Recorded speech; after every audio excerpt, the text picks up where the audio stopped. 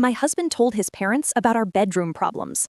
I found out my husband had been telling his parents everything, and I mean everything, when his mother called me one Sunday morning to offer advice about our intimacy issues. I stood frozen in the kitchen holding my coffee, trying to process how my mother-in-law knew things that had never left our bedroom.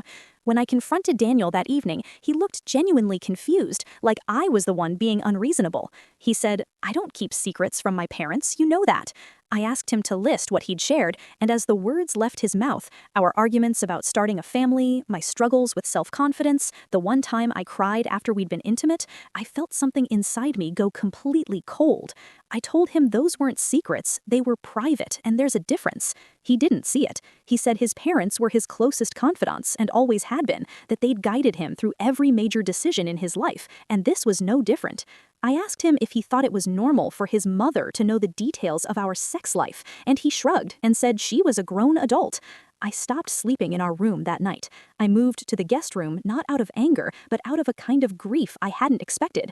Over the next few weeks, I started paying closer attention, and I realized it wasn't just the intimate stuff. He'd told them about the time I failed a job interview, about the pregnancy scare we'd had 8 months earlier, about the night I broke down crying over my mother's health. Every vulnerable moment I had ever shared with him had been handed over to people I barely felt comfortable around. I started to feel like a case study being discussed at their dinner table.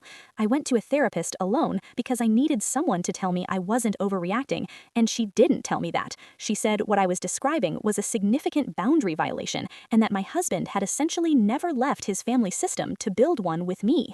I brought that language home to Daniel, and he laughed, not cruelly, just dismissively, and said therapists loved to make normal family closeness sound pathological. I asked him one more time to please stop sharing personal details of our marriage, and he said he would think about it.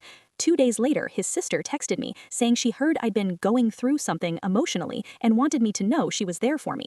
I didn't respond. I sat with my phone in my hand and realized the man I married didn't see our life together as something that belonged to us. He saw it as content for his family's ongoing conversation about him.